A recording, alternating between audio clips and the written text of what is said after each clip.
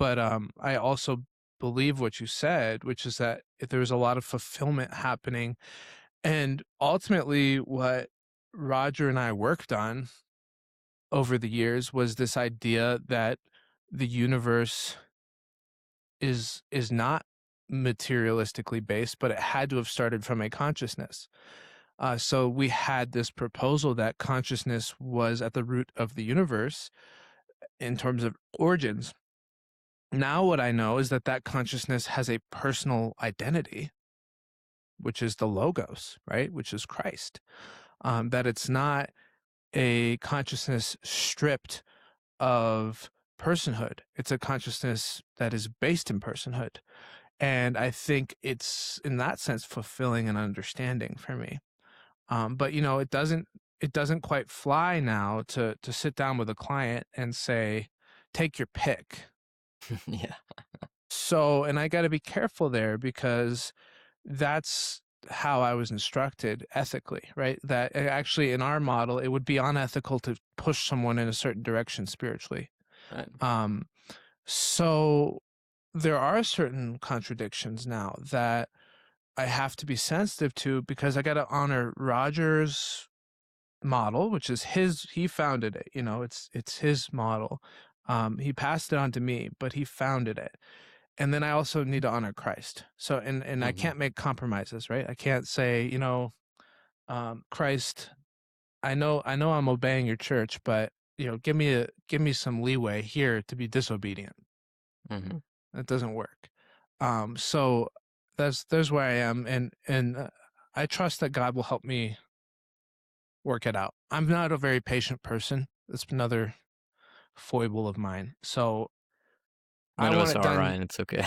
Yeah, I want it done yesterday. So Yeah. I want it figured out yesterday. And I think, you know, the way God works is on God's time. And you know, Roger, God bless him, he's 91 now, and he's in Alzheimer's. So his Alzheimer's is progressing.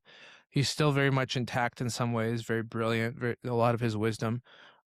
So yeah, I'm also in this tender place where he's been this father figure to me for over, you know, he was my spiritual father before I knew what a spiritual father was in terms of like outside of the official confines of the church.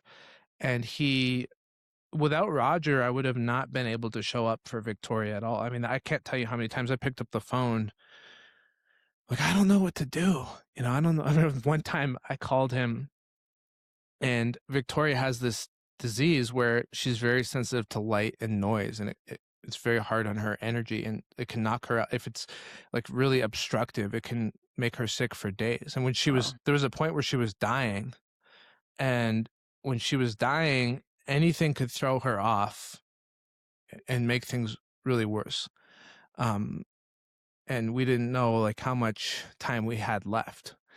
And so I remember one time the smoke alarms in our house started going off, Oh, and I was just a mess. man. I was a mess. And I turned them off, and Victoria's in there, and she's not moving, and it's just so stressful.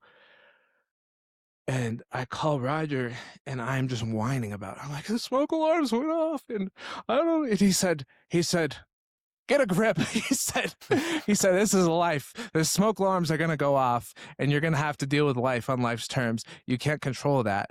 And he was just so shrewd with me. I mean, he was very compassionate, but he did not suffer any foolishness or any complaining.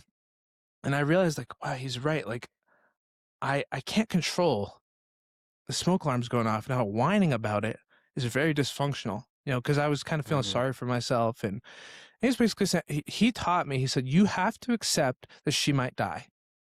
Mhm. If you are going to take care of her and follow the results and try to control the outcome, you are going to be miserable and you Mhm. won't be able to do it.